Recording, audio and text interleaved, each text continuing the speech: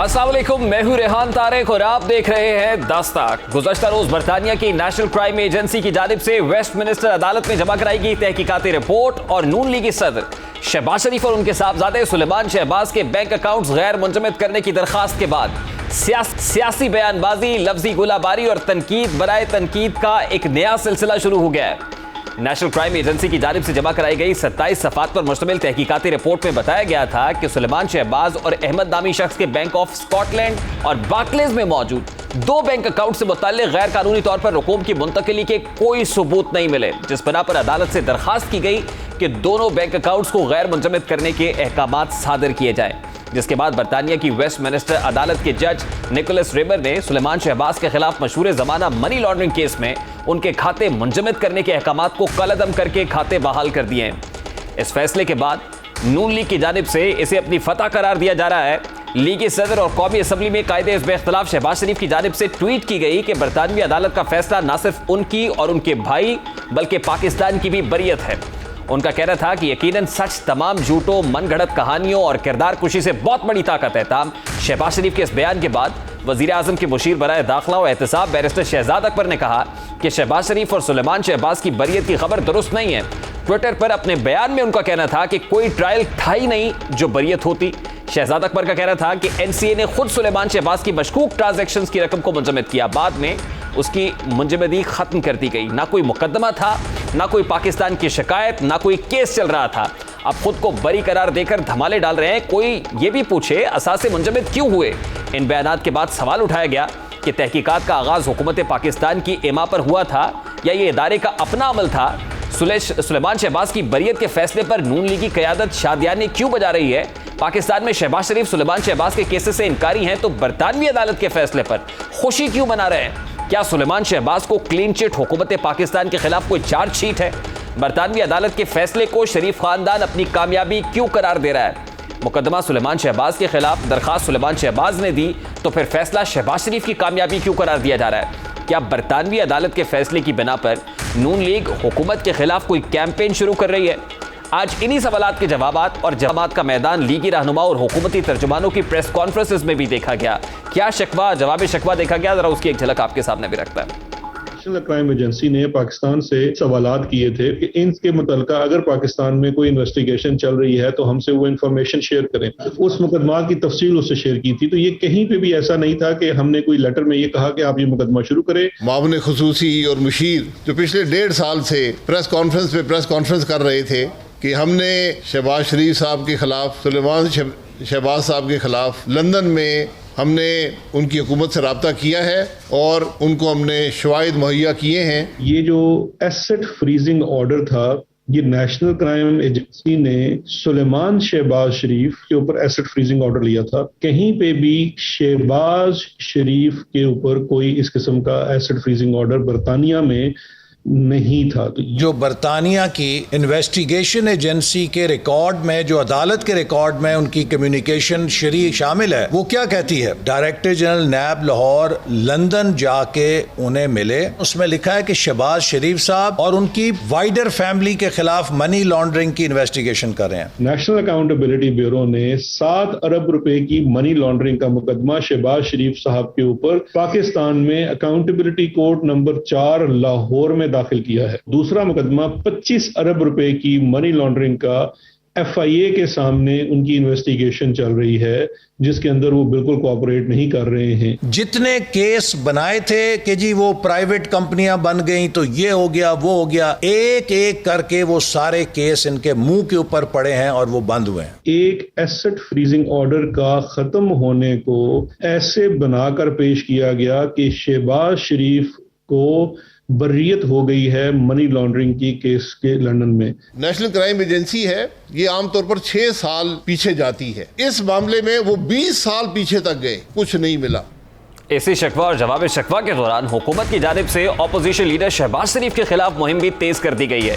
जहां हुकूमत पाकिस्तान में अपोजिशन लीडर के खिलाफ जारी केसेस पर कार्रवाई की रफ्तार तेज करने के लिए कोशा है, वहीं दावा किया जा रहा है कि अगले 6 माह के दौरान शहबाज शरीफ को 25 साल की कैद हो सकती है। इस हवाले से वफाकी वजीर इत्तलात का क्या कहना है, जरा वो भी आपके सामने रखता है। शरीफ साहब का जहां तक बरियत का ताल्लुक है, मेरा ये ख्याल है कि अगर मेरिट के ऊपर रोजाना केस चला तो शहबाज शरीफ अगले 6 महीनों में कम से कम 25 साल के लिए जेल जा सकते हैं, जो कानून कहता है।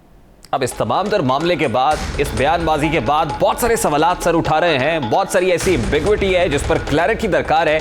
इसी पर बात करेंगे। इस वक्त बरतानिया से माहिर कानून बैरिस्टर राशिद असलम साहब हमें ज्वाइन कर रहे हैं। अस्सलाम वालेकुम बैरिस्टर साहब, बहुत बहुत शुक्रिया आपके वक्त के लिए। बैरिस्टर साहब, सवाल उठाया जा रहा है कि नेशनल क्राइम एजेंसी की तरफ से ये इंक्वायरी खुद इनिशिएट की गई या हुकूमत पाकिस्तान के इमा पर ये इंक्वायरी हुई? तो बताइएगा कि नेशनल क्राइम एजेंसी का तरीकाकार क्या होता है? क्या वो खुद इंक्वायरी इनिशिएट करते हैं या फिर सरकार की तरफ से, किसी मुल्क की सरकार कहे तो उसके कहने पर इंक्वायरी इनिशिएट की जाती है? इस केस में क्या हुआ है? नेशनल क्राइम एजेंसी ऐसी सूरत हाल में जो इनिशिएट करती है इन्वेस्टिगेशन, अगर कहीं से टिप ऑफ हुआ हो या कोई बैंक खुद रिपोर्ट करे कि जी सस्पिशियस एक्टिविटी है किसी शख्स के हवाले से, उसमें मोस्टली ये होता है कि जो भी पेप हैं, लाइक पॉलिटिकली एक्सपोज पर्सन है, उनको प्रोसीड्स ऑफ क्राइम एक्ट 2002 जो यूके का है उसके अंडर रिपोर्ट किया जा सकता होता है। एक सस्पिशियस एक्टिविटी रिपोर्ट तैयार की जाती है जो नॉर्मली बैंक करता है, या अगर कहीं बाहर से टिप ऑफ हुआ हो, कोई बाहर से इंफॉर्मेशन आई हो, तो उसकी बेस पे नेशनल क्राइम एजेंसी को वो इंफॉर्मेशन जाती है और नेशनल क्राइम एजेंसी उस पर इन्वेस्टिगेशन स्टार्ट करती है। जब इन्वेस्टिगेशन स्टार्ट होती है तो वो नॉर्मली 30 डेज का टाइम होता है नेशनल क्राइम एजेंसी को उसको कंक्लूड करने के लिए। अगर वो 30 डेज में कंक्लूड ना कर सके तो नेशनल क्राइम एजेंसी के पास ये इख्तियार होता है कि वो मजिस्ट्रेट कोर्ट से एक अकाउंट्स फ्रीजिंग ऑर्डर अप्लाई करती है, जो कि फर्स्टली 3 मंथ्स का दिया जाता है या 6 मंथ्स का दिया जाता है, और उसका ज़्यादा से ज़्यादा दौरानिया 2 साल हो सकता है। अगर 2 साल के अरसे में नेशनल क्राइम एजेंसी अपनी मुकम्मल इन्वेस्टिगेशन कंप्लीट कर लेती है तो उसमें वो डिस्चार्ज ऑर्डर कर सकती है, या फिर उस रकम को भाग के सरकार जब्त करने के लिए एप्लीकेशन दे सकती है मजिस्ट्रेट कोर्ट में। साहब, ये जो अकाउंट फ्रीजिंग ऑर्डर है वेस्टमिनिस्टर मैनचेस्टर मैजिस्ट्रेट कोर्ट से ये 17 दिसंबर को लिया गया है, 17 दिसंबर, और 11 दिसंबर को एक रिप्लाई पाकिस्तान हुकूमत की तरफ से लिखा गया, बैरिस्टर ज़िया नसीम ने लिखा, और उसके अंदर बताया गया कुछ इंफॉर्मेशन जो नेशनल क्राइम एजेंसी को दरकार थी। हुकूमत ये कह रही है कि ये रिस्पॉन्स में लिखा गया, जो नेशनल क्राइम एजेंसी हमसे मांग रही थी हमने उसके जवाब में लिखा है, जबकि नून लीगी हल्के ये कहते हैं कि नहीं, हुकूमत ने ना सिर्फ नेशनल अकाउंटेबिलिटी ब्यूरो बल्कि एसेट रिकवरी यूनिट और एसेट रिकवरी यूनिट की तरफ से वो जो लीगल एक्सपर्ट हैं उन्होंने ये जवाब दाखिल कराया है। तो अब क्या सही तस्लीम किया जाए? क्या नेशनल क्राइम एजेंसी ठीक कह रही है, उन्होंने जो है वो खुद इनिशिएट किया होगा, या हुकूमत इस पे ठीक क्लेम कर रही है, नून लीग ठीक कह रही है? या फिर देखिए, उसमें नेशनल क्राइम एजेंसी के पास जो डॉक्यूमेंट्स आते हैं उसमें अगर कोई ट्रांजैक्शंस हों जो पाकिस्तान से मुतल्लिका हों या पाकिस्तानी इदारों से मुतल्लिका हों, तो वो बिल्कुल उसके हवाले से एक इंक्वायरी रेज कर सकती है, और नॉर्मली ये एक नॉर्मल प्रोसीजर है कि वो इंक्वायरी रेज करते हैं। वो इसी तरह जिस तरह का कहा गया है कि यूएई के मुतल्लिका कोई ट्रांजैक्शंस थी उनसे भी इंक्वायरी रेज की गई, तो मैं ये समझता हूँ कि नेशनल क्राइम एजेंसी ने इंक्वायरी रेज की होगी जिसका कोई जवाब आया होगा, और हो सकता है हुकूमत ने भी उनको कोई फर्दर कोई उस हवाले से कोई मुआवनत जो है वो पेश करने की कोशिश की हो। अब उस पूरी जो प्रोसीडिंग्स हैं असल में वो यहाँ पे मंजर आम पे नहीं आती, यहाँ पे तो ऑर्डर मंजर आम पे आता है। ऑर्डर में ये सब कुछ नहीं लिखा हुआ होता, वो तो 2 सफ़ों का ऑर्डर है, लेकिन उसको देख के ये लगता है कि जो भी इन्वेस्टिगेशन हुई है, जो कंक्लूड की है उन्होंने, उनको उसमें मनी लॉन्ड्रिंग के हवाले से कोई चीज़, कोई शवाहद नहीं मिले। और ये 2 अकाउंट हैं, एक बार्कलेस बैंक में था, एक बैंक ऑफ स्कॉटलैंड में था, जिनको फ्रीज किया गया था, और वो सुलेमान शहबाज शरीफ साहब के थे। वो शहबाज शरीफ साहब के पर्सनल नहीं थे, उनके बेटे के थे। तो दूसरी बात यह है कि पाकिस्तान में एक और अहम बात जो तासुर दिया जा रहा है कि मुकदमे से बरी हो गए। देखें, इसमें कोई केस स्टार्ट नहीं हुआ था, कोई भी प्रोसीडिंग स्टार्ट नहीं हुई थी। अब प्रोसीडिंग्स तो तब स्टार्ट होती हैं कि अगर इस पूरी इन्वेस्टिगेशन के नतीजे में नेशनल क्राइम एजेंसी ये कहती कि इनको हम चार्ज कर रहे हैं, इन्होंने मनी लॉन्ड्रिंग की है, तो उसकी जो प्रोसीडिंग कोर्ट करता, उसमें अगर इनको बरी कर दिया जाता, डिस्चार्ज कर दिया जाता, तो फिर इसको बरी कहा जा सकता है। ये तो इन्वेस्टिगेशन है जो यहाँ पे होती रहती है। बैरिस्टर साहब, एक और इम्पॉर्टेंट बात यह है कि इस वक्त सुलेमान शहबाज साहब एब्सकॉन्डर हैं, वो अदालती मफरूर हैं, इश्तिहारी करार दिया गया उनको अदालत की तरफ से। इस जजमेंट के बाद जो वेस्टमिनिस्टर मैजिस्ट्रेट कोर्ट की है, क्या इसके इम्प्लीकेशंस इस डिसीजन पर भी होंगे? यानी इस जजमेंट को किसी जगह पर दिखाया जा सकता है, कोर्ट किया जा सकता है या पाकिस्तान में? देखें, अगर तो इन 2 अकाउंट्स के हवाले से कोई ट्रांजैक्शंस थी जो पाकिस्तान से आई हैं, जिसमें एम्बेजलमेंट हुई है या कोई करप्शन के हवाले से कोई पेमेंट्स हुई हैं, तो फिर तो ये फैसला, ये रिपोर्ट असरअंदाज हो सकती है। अगर इन अकाउंट्स के हवाले से नहीं है तो मैं नहीं समझता कि वो बहुत ज़्यादा उस पर असरअंदाज हो सकती है। हाँ, अगर उन पे कोई इल्ज़ामात हैं सुलेमान शहबाज शरीफ साहब के ऊपर कि उन्होंने कोई यहाँ से कोई अमाउंट ट्रांसफ़र की है यूके में, तो ये एक बहुत अच्छा उनके हवाले से ये रिपोर्ट आई है। नेशनल क्राइम एजेंसी एक क्रेडिबल अदारा है और इनकी रिपोर्ट्स अब बहुत सारे ममालिक में यूज़ भी होती हैं। इनके जो फोरेंसिक इन्वेस्टिगेटर्स हैं उनका एक्सपीरियंस बहुत ज़्यादा होता है इस हवाले से। तो अगर पाकिस्तान में एहतसाब इदारे सुलेमान शहबाज साहब के हवाले से कोई इन्वेस्टिगेशंस कर रहे हैं जो यूके से लिंक्ड हैं, तो मेरा ख्याल है कि ये रिपोर्ट उस पर असरअंदाज हो सकती है। अच्छा, मेरे साहब लास्टली ये कहिएगा कि भी कुछ देर पहले फवाद चौधरी साहब ने एक मीडिया टॉक की और उसमें ये तासुर मिला कि शायद एसेट रिकवरी यूनिट अब नेशनल क्राइम एजेंसी से कोई राब्ता करेगा और उनसे कहेगा कि आप शहबाज शरीफ साहब के अगेंस्ट भी कोई इंक्वायरी इनिशिएट करें। और उसमें वो ये कहते हैं कि अगर ऐसा होता है तो शहबाज शरीफ साहब को कम से कम 6 माह और ज़्यादा से ज़्यादा 25 साल तक सजा हो सकती है। ये इसके कितने चांसेस है कि हुकूमत अब ये फैसला करे कि वो नेशनल क्राइम एजेंसी से राब्ता करते हैं और अब ये कहते हैं कि शहबाज साहब को भी शामिल तफ्तीश किया जाए?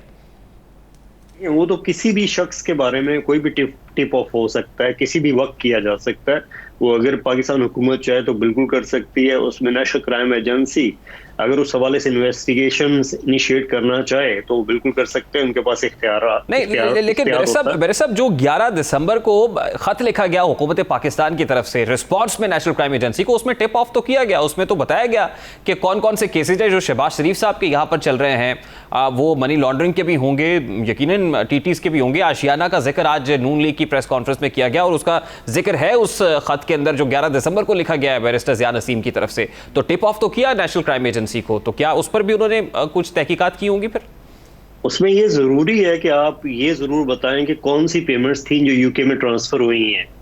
अगर शहबाज शरीफ साहब के पास के ऊपर ऐसा इल्जाम है तो अगर टिप ऑफ किया गया तो उन ट्रांजैक्शंस की तफसील देना बहुत ज़रूरी होता है, बिकॉज आप एक ऑफिशियल सोर्स से टिप ऑफ कर रहे हैं, आप एक आम आदमी नहीं है। तो यहाँ की नेशनल क्राइम एजेंसी एक्सपेक्ट कर रही होती है कि जिन जिन बैंक से शहबाज शरीफ साहब को अमाउंट्स यहाँ से ट्रांसफ़र हुई हैं तो उनकी भी तफासील दी जाएं। तो मैं अगर उन्होंने इस पर कोई रद्द अमल नहीं दिया या एक्शन नहीं लिया तो हो सकता है कि वो सारी इंफॉर्मेशन मिसिंग हो। हाँ, अगर हुकूमत वहाँ की कोई ऐसी इंफॉर्मेशन देती है जो क्रेडिबल इंफॉर्मेशन हो तो यहाँ पे बिल्कुल इनिशिएट हो सकती हैं इन्वेस्टिगेशन। बहुत बहुत शुक्रिया। बरतानवी माहिर कानून बैरिस्टर राशिद असलम हमारे साथ मौजूद थे। इस वक्त पाकिस्तान मुस्लिम लीग नून के सीनियर रहनुमा निहाल हाशमी साहब ने हमें ज्वाइन किया है। अस्सलाम वालेकुम निहाल साहब, बहुत बहुत शुक्रिया आपके वक्त के लिए। निहाल साहब, सबसे पहले तो ये कहिएगा कि इस वक्त पाकिस्तान मुस्लिम लीग नून खुशी बना रही है कि कायदे हिज़्ब इख्तिलाफ शहबाज शरीफ साहब बिल्कुल क्लीन चिट मिल गई उनको, सुलेमान शहबाज साहब को क्लीन चिट मिल गई और फिर ये कह रहे हैं कि हुकूमत ने जो केसेस बनाए थे उनसे बरी जमा हो गए हैं, बिल्कुल बरी करार दे दिया गया है बरतानवी अदालत की तरफ से।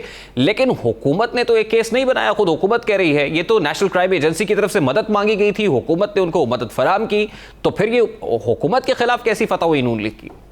बिस्मिल्लाहिर्रहमानिर्रहीम। कल बहुत सारे चैनल्स में ये आ चुका है डिस्कशंस, और आपने देखा होगा लंदन से 2 बड़े मशहूर सहाफ़ी हैं, एक हैं मुर्तज़ अली शाह साहब और एक कौसर काज़मी साहब। उन्होंने बड़े डिटेल्स में वो तमाम लेटर्स, वो तमाम डॉक्यूमेंट्स सबमिट कर दिए और दिखा दिए कि 2019 में 12 खत लिखा गया पाकिस्तान की जो कोई recovery cell, assets recovery unit बनाया गया था उसके जानिब से, और फिर शहजाद अकबर साहब वहाँ पे जाते रहे, वहाँ पे उन्होंने मीटिंग की है पाकिस्तान एम्बेसी लंदन में बैठ करके। उन्होंने कई प्रेस कॉन्फ्रेंस की है, प्रेस से ब्रीफिंग दी। उन्होंने कहा कि बहुत बड़ी खुशखबरी है और 15 लोगों के बहुत सारे अकाउंट से पैसे बरामद किए जाएंगे। तो क्या पाकिस्तान के एक्सचेकर के पैसे पे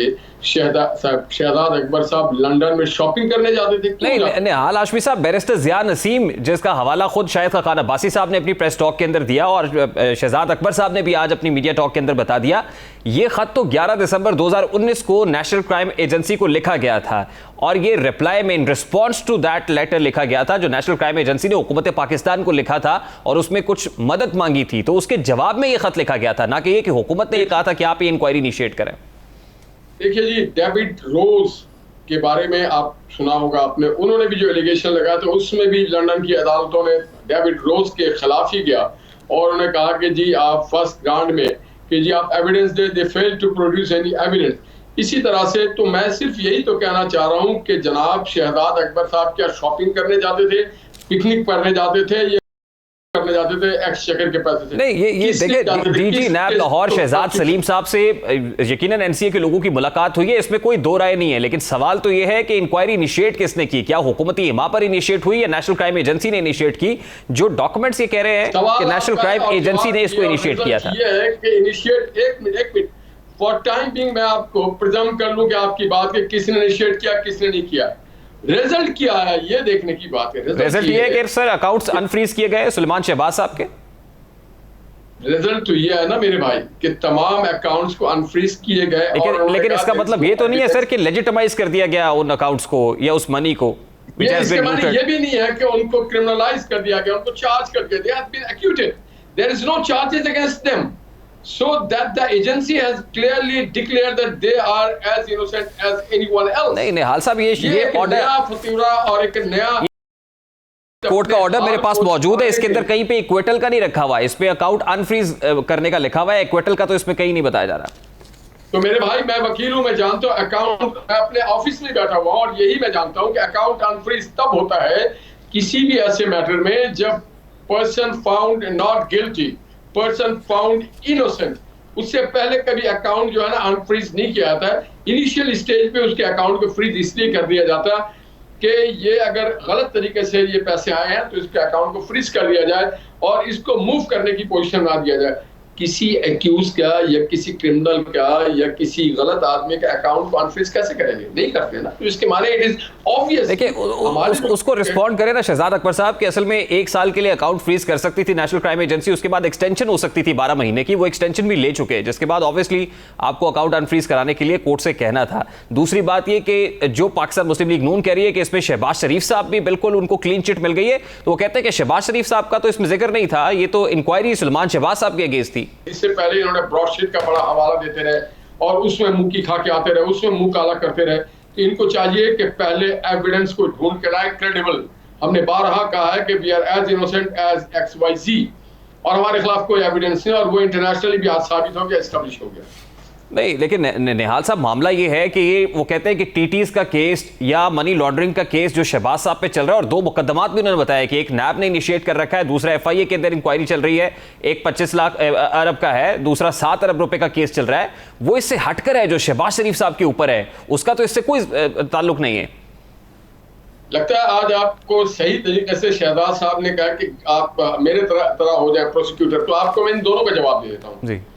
पहला जवाब यह है कि DG FIA ने 12 अपने इंटरव्यूज में ये बात कहा है कि किस तरह से उन्हें बुला करके PM हाउस में कहा जाता था कि अपोजिशन के लोगों को ग्रिल किया जाए। और दूसरा जवाब यह है कि जब 20 महीने बाद मोहतरम शहबाज शरीफ साहब को बेल ग्रांट किया गया तो लाहौर हाई कोर्ट के डिवीजन बेंच ने ये लिखा कि there is no iota of any evidence so far and the prosecution has totally failed to provide any evidence. तो इससे ज्यादा हम तो नहीं कह रहे, ये तो लाहौर हाई कोर्ट कह रहा है at the time of passing this bail order. नहीं, लेकिन निहाल साहब सवाल तो मेरा बड़ा सादा सा है ना, एक केस में चालान सबमिट हो गया है, दूसरे में होने के करीब है, एक FIA इंक्वायरी कर रहा है, एक नैब कर रहा है, उसका तो इन केसेस के साथ कोई ताल्लुक नहीं है ना सर। सवाल बड़ा सादा होगा मगर मेरा भी जवाब बड़ा सादा सा है। A person is innocent unless proven guilty beyond any reasonable doubt। आप जबरदस्ती शहबाज शरीफ साहब को मुजरिम बनाने के लिए तुले हुए हैं या मुस्लिम लीग को आप पैनलाइज करना चाहते हैं या हमजा को आप शहजाद अकबर साहब ने तो मीडिया से मुताल्लिक भी कहा है कि जहां पर ये रिपोर्ट्स आई हैं वो उनके अगेंस्ट भी पिटीशन करेंगे, और फिर फवाद चौधरी साहब तो ये भी कह रहे हैं कि वो नेशनल क्राइम एजेंसी से और उनसे राब्ता करेंगे बरतानिया से कि ये फेक न्यूज कैसे फैलाई गई है। ये तो फेक न्यूज वो खुद फैलाते हैं ना मेरे भाई, आप जरा उनसे ये सवाल कर लिया करें कि ये फेक न्यूज जो वो तो ऐसे गड़े मुर्दे लाते हैं कि मोहम्मद नवाज शरीफ के वालिद साहब जो है उन्होंने सन 1935 में किस पैसे से और कहां और किस तरह से कारोबार शुरू किया। तो जरा कभी पूछ लिया करें उनके वालिद साहब क्या करते रहे और इमरान खान साहब के वालिद अपने एक तरफ भी देखें ना, आईना खुद देख लिया करें। हमने तो अपना सबूत दे दिया, सुप्रीम कोर्ट ने और तमाम कोर्टों ने ये कहा कि नवाज शरीफ ने ना कोई किक बैक लिया है, ना कोई कमीशन लिया है, ना कोई उनके खिलाफ ऐसे सबूत आए उनको तो हम एकामा पे फारिग करें। एक काम है जो मेरा ख्याल है कि सर 10 करना चाहिए, और आप ऑब्वियसली लीगल एक्सपर्ट हैं, आप बेहतर तौर पे समझते हैं। सलमान शहबाज साहब अदालती मफरूर हैं, एब्सकॉन्डर हैं, इश्तिहारी हैं। जब उनके अकाउंट अनफ्रीज हो गए और आप ये कह रहे हैं कि उनको क्लीन चिट मिल गई है, तो क्या आप यहाँ पर कोर्ट्स में मूव करेंगे और बताएंगे कि हमें क्लीन चिट मिल गई है बरतानिया से, तो हमें यहाँ भी जो एब्सकॉन्डर करार दिया गया है उसको उसका लेवल भी उतारिए हम पर से? देखिए, ये तो पार्टी फैसला करेगी, सलमान साहब खुद फैसला करेंगे। और एक बात बता दूं, बरतानिया कोर्ट एक नसार बैठे हुए नहीं है, इसलिए बरतानिया कोर्ट से लोगों को इंसाफ मिल जाता है। वो अंडर डिक्टेशन और अंडर डायरेक्शन नहीं है, तो बड़ा क्लियर ऑब्वियस है। बट आप देखते रहे, अल्लाह ताला का अपना एक निज़ाम है, जो इल्जाम दूसरों पे लगता है अल्लाह ताला किस तरह से किसी की मदद करता है, कोई हकीकत छुप नहीं सकती है। अभी कुछ ही देर पहले फवाद चौधरी साहब ने भी मीडिया टॉक की और वो कहते हैं कि अगर इसमें शहबाज शरीफ साहब का मामला खुल जाता ना, तो शायद उनको कम से कम 6 साल की सजा तो होती। ये फवाद चौधरी साहब कह रहे हैं कि अगर शहबाज साहब वाला मामला होता तो 6 साल की सजा तो पक्की थी। देखिए, हर फवाद साहब की ख्वाहिशात पे तो सजा नहीं दी जा सकती ना। फवाद साहब पहले अपना अकाउंट क्लियर करें। अगर मैं बोलने पे आ गया उनके बारे में, उनके खानदान के बारे में, उनके प्रैक्टिस के बारे में, तो बहुत दूर तक बात जाएगी। आप जानते थे ना, उनके चचा थे इफ्तिखार अहमद चौधरी साहब, तो हमें भी बहुत कुछ मालूम है। ये थोड़ी कि हम किसी और सैयारे से हैं, इसी सैयारे में हमारे लीगल फ्रेटर्निटी के, उनको इतना ही बोलना चाहिए जितना वो बोल सकते हो। शुक्रिया निहाल हाशमी साहब, पाकिस्तान मुस्लिम लीग नून के रहनुमा हमारे साथ मौजूद थे। अभी एक ब्रेक लेंगे और ब्रेक के बाद जब वापस आएंगे तो फिर बात करेंगे कि पाकिस्तान में पेट्रोलियम मसनूआत की कीमतें और कितना बढ़ने जा रही हैं। बड़ा मामला है, इस मामले को उठाएंगे इस ब्रेक के बाद। हमारे साथ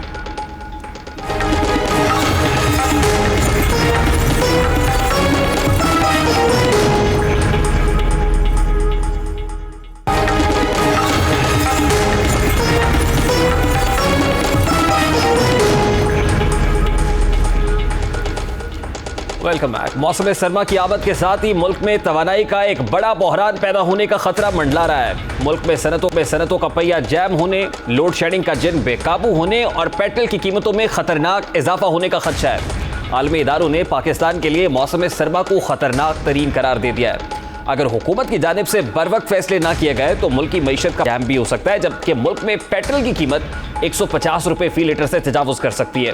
ब्लूमबर्ग की ताज़ा रिपोर्ट के मुताबिक पाकिस्तान में आइंदा चंद माह में सनतें बंद होने का खदशा भी है, क्योंकि दुनिया भर में तेल, गैस और कोयले की कीमतों में होशरुबा इजाफा हो रहा है, जबकि पाकिस्तान इस वक्त दुनिया में सबसे महंगी गैस और तेल खरीद रहा है। रिपोर्ट के मुताबिक गुज़श्ता एक बरस के दौरान तेल की आलमी कीमत में 45% इजाफा हुआ है। आज 2018 के बाद पहली बार क्रूड ऑयल की कीमत $80 फी बैरल से तजावुज कर चुकी है। 2018 के बाद यह रिकॉर्ड कीमत है, जबकि खदशा है कि यह कीमत $90 फी बैरल से तजावुज कर सकती है। इसी तरह गैस की कीमत का जायजा लिया जाए तो इसमें भी गुज़श्ता एक बरस में 500% का इजाफा हो चुका है। कोयले की कीमतों का जायजा लिया जाए तो आलमी मंडी में एक बरस के दौरान कोयले की कीमत में 3 गुना इजाफा हुआ है, जबकि इस वक्त $400 फी टन के हिसाब से कोयला फरोख्त किया जा रहा है। सवाल यह है कि आलमी मंडी में तवानाई के ज़राए की कीमतों में इजाफा क्यों हो रहा है? तेल, गैस और कोयले की कीमतों में इजाफे से पाकिस्तान को क्या नुकसान पहुंच सकता है? पाकिस्तान बढ़ती कीमतों से कैसे मुतासर होगा? ज़राए तवानाई की कीमतों में इजाफे से कौन से शोबे ज्यादा मुतासर होंगे? बढ़ती कीमतों के असरात से कैसे महफूज रखा जा सकता है? पेट्रोल और डीजल की बढ़ती कीमतों से परेशान अफराद के लिए इजाफा कितना खतरनाक हो सकता है? सवाल यह है कि आलमी इदारे पाकिस्तान में सनतें बंद होने के खदशात का इजहार क्यों कर रहे हैं? कोरोना वैक्सीन के बाद इस वक्त दुनिया भर में माशी सरगर्मियां तेज हो गई हैं। पेट्रोलियम मसनूआत की तलब बढ़ने से आलमी मार्केट में तेल की कीमतें बढ़ चुकी हैं, जबकि ओपेक की जानिब से तेल की पैदावार कम करने के ऐलान के बाद तलब ज्यादा हो गई है। अगर ओपेक ममालिक ने तेल की पैदावार और इसकी तलब के मुताबिक इसे ना बढ़ाया तो हालात बेकाबू हो सकते हैं। इसी तरह दुनिया के तरक्याफ्ता ममालिक की जानिब से कोयले पर इन्हिसार कम करने के बाद गैस की तलब में इजाफा हो गया है, जिसकी वजह से गैस की कीमतों में 500% से जायद इजाफा हो चुका है। यही नहीं है, बल्कि मौसम सरमा के आते ही गैस की तलब में इजाफा मजीद बढ़ सकता है। यूं गैस की कीमतों में कई गुना इजाफा होने का खदशा है। बहरान के इसी खदशे के पेश नज़र यूरोप में कई फैक्ट्रीज बंद कर दी गई हैं। इसी बहरान से दुनिया के दीगर ममालिक भी मुतासर हो रहे हैं। रूस और नॉर्वे ने पाइपलाइन के जरिए गैस सप्लाई महदूद कर दी है। खराब मौसम के बायस जो विंड टर्बाइन्स हैं उनके पहिए जैम, जबकि यूरोप में एटमी बिजली घरों का इस्तेमाल भी मतरूक हो रहा है। इसी सारे बहरान के दौरान जापान और जनूबी कोरिया सबसे ज्यादा फायदा उठा रहे हैं, क्योंकि इन दोनों रियासतों ने LNG के तवील मुद्दती मुआहदे कर रखे हैं, लेकिन पाकिस्तान में तवील मुद्दती मुआहदों को खत्म करके नए सौदे किए जा रहे हैं। बट इन मुआहदों को अपने लिए कामयाबी करार देती रही है। मुझे आज इस प्रोजेक्ट को इसकी स्टोन लेइंग करने में बहुत खुशी हो रही है और मुझे आज ये बड़ा एक जुमा भी है, एक बड़ा खुशाइन दिन है क्योंकि आज हमने अभी सुबह एक कॉन्ट्रैक्ट साइन किया कतर के साथ, जिसमें जो हमारा पुराना कॉन्ट्रैक्ट था उसमें और इसमें अब हर साल हमें $300 मिलियन की बचत होगी और इंशाल्लाह अगले 10 साल में $3 अरब की पाकिस्तान को बचत होगी। 30% कम कीमत है, एक ही सोर्स से आ रही है, एक ही LNG है, एक ही वेसल है, एक ही ओरिजिनेशन है, एक ही डेस्टिनेशन है। 31% का डिफरेंस होगा। आज एक वेसल, आज अगर मैं ब्रेंट को $65 पे अस्यूम कर लूं तो आज एक वेसल पुराने कॉन्ट्रैक्ट की तकरीबन $27-28 मिलियन की हमें मिलेगी एक्स शिप, और इस नए कॉन्ट्रैक्ट के तहत वही वेसल $21 मिलियन की पड़ेगी। इसीलिए मैंने आपको बताया कि सालाना अगर ये नए कॉन्ट्रैक्ट का वॉल्यूम, अगर मैं 4 वेसल्स का वॉल्यूम देखूं तो सालाना ये $317 मिलियन का फर्क है। अब हुकूमत तो मुआहिदों पर शादियाने बजा रही थी, मगर ऑपोजिशन के मुताबिक अगर हुकूमत कोविड के दौरान सस्ते तरीन रेट पर LNG के तवील मुद्दती मुआहिदे कर लेती तो अरबों रुपए बचाए जा सकते थे, लेकिन हस्ब आदत सियासत और करप्शन के इल्जामात लगाती रही। अब 3 बरस ज़ाया करके अवाम को एक बार फिर मसाइल के दलदल में फंसाया जा रहा है। यही नहीं बल्कि फर्नेस ऑयल के बिजली की पैदावार पर भी हुकूमत को तनकीद का निशाना बनाया जा रहा है। खरीदी हुई LNG है उससे 50% ज्यादा कीमत पर ये लोग LNG खरीद रहे हैं। क्या आपको पता नहीं था कि गर्मियों में बिजली चाहिए होती है पाकिस्तान में? क्या आपको पता नहीं था कितने शिप, इतने सुरमा वजीर और लीडर बैठे हुए कि मुल्क में गैस चाहिए, LNG चाहिए, कितने शिप चाहिए? ये हम बैठे हुए आज भी हमसे पूछ लें, हम आपको बता देंगे हर महीने में कितने शिप चाहिए। हम आज भी जानते हैं मुल्क के मसाइल क्या है। ये वजीर वो हैं, शिप चाहिए। जुलाई के तीसरे हफ्ते में टेंडर कर रहे हैं, जून के चौथे हफ्ते में। हमारे जमाने में देख लें 4 से 6 महीने पहले शिप ऑर्डर किए जाते थे, बेहतरीन कीमत ली जाती थी। अब आलमी सतह पर ईंधन की कीमतों से पाकिस्तानी मईशत बुरी तरह मुतासिर होगी। पाकिस्तान में इस वक्त डॉलर तारीख की बुलंद तरीन सतह पर है। तेल, कोयला और गैस आलमी रिकॉर्ड्स बना रहे हैं। तवानाई के बहरान के बायस बिजली महंगी पैदा होगी क्योंकि पाकिस्तान में बिजली की बड़ी मिकदार थर्मल जराए से हासिल की जाती है। पाकिस्तान फर्नेस ऑयल से 19%, LNG से 17%, जबकि कोयले से 11% बिजली हासिल करता है। यो मुल्क में ईंधन की कीमतों में इजाफे से मुल्क में पैदा होने वाली 47% बिजली महंगी हो जाएगी, जबकि ईंधन महंगा होने से सनतों का पहिया भी रुक सकता है। इन तमाम सरगर्मियों के असरात मुल्क की ज़र मुबादला के ज़खायर पर पड़ेंगे। मुल्क का करंट अकाउंट डेफिसिट बढ़ता चला जाएगा। बैरूनी शोबे में बढ़ते हुए दबाव की वजह से माली साल 2021-22 में करंट अकाउंट डेफिसिट 12 अरब से 17 अरब डॉलर तक बढ़ सकता है। इसी तरह अशिया खुरोनोश की दरामद से भी मसाइल बढ़ेंगे और पाकिस्तान से डॉलर बाहर जाने से महंगाई का तूफान आएगा। इस सारे मामले में सबसे ज्यादा मुतासिर आम आदमी होगा, लेकिन हुकूमत का दावा है कि करंट अकाउंट डेफिसिट अगर बढ़ता है तो ये तो बेहतरी की अलामत है। इस हवाले से हुकूमत क्या कहती है, जरा वो भी आपके साथ रखता है। आज हम बात कर रहे हैं करंट अकाउंट डेफिसिट की। हमें इसकी खुशी से बात करनी चाहिए क्योंकि ये एक साइन है कि हमारी इकोनॉमी ग्रो कर रही। और आज से 2.25 साल पहले आप सारे दोस्तों के साथ गुफ्तगू ये होती थी कि हमारी इकोनॉमी रिसेशन में है।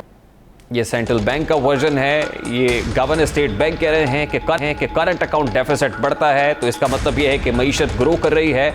ऑब्वियसली ये जो मॉनेटरी पॉलिसी है ये कायम रखना सेंट्रल बैंक का काम है, लेकिन जो फिस्कल पॉलिसी है, फिस्कल साइड पे फैसले हैं वो हुकूमत ने करने, और हुकूमत को चाहिए कि बर वक्त फैसले करे। बर वक्त फैसले करेगी तो तभी अरबों रुपए का नुकसान और खसारा बचाया जा सकता है। अभी एक ब्रेक लेंगे, ब्रेक के बाद जब वापस आएंगे तो T20 स्क्वाड जिसको हीरो करार दिया जा रहा था, हीरो बनाकर प्रेजेंट किया जा रहा था, वो नेशनल T20 के अंदर जीरो कैसे बना हुआ है, इस पर बात करेंगे। इस ब्रेक के बाद हमारे साथ रहेगा।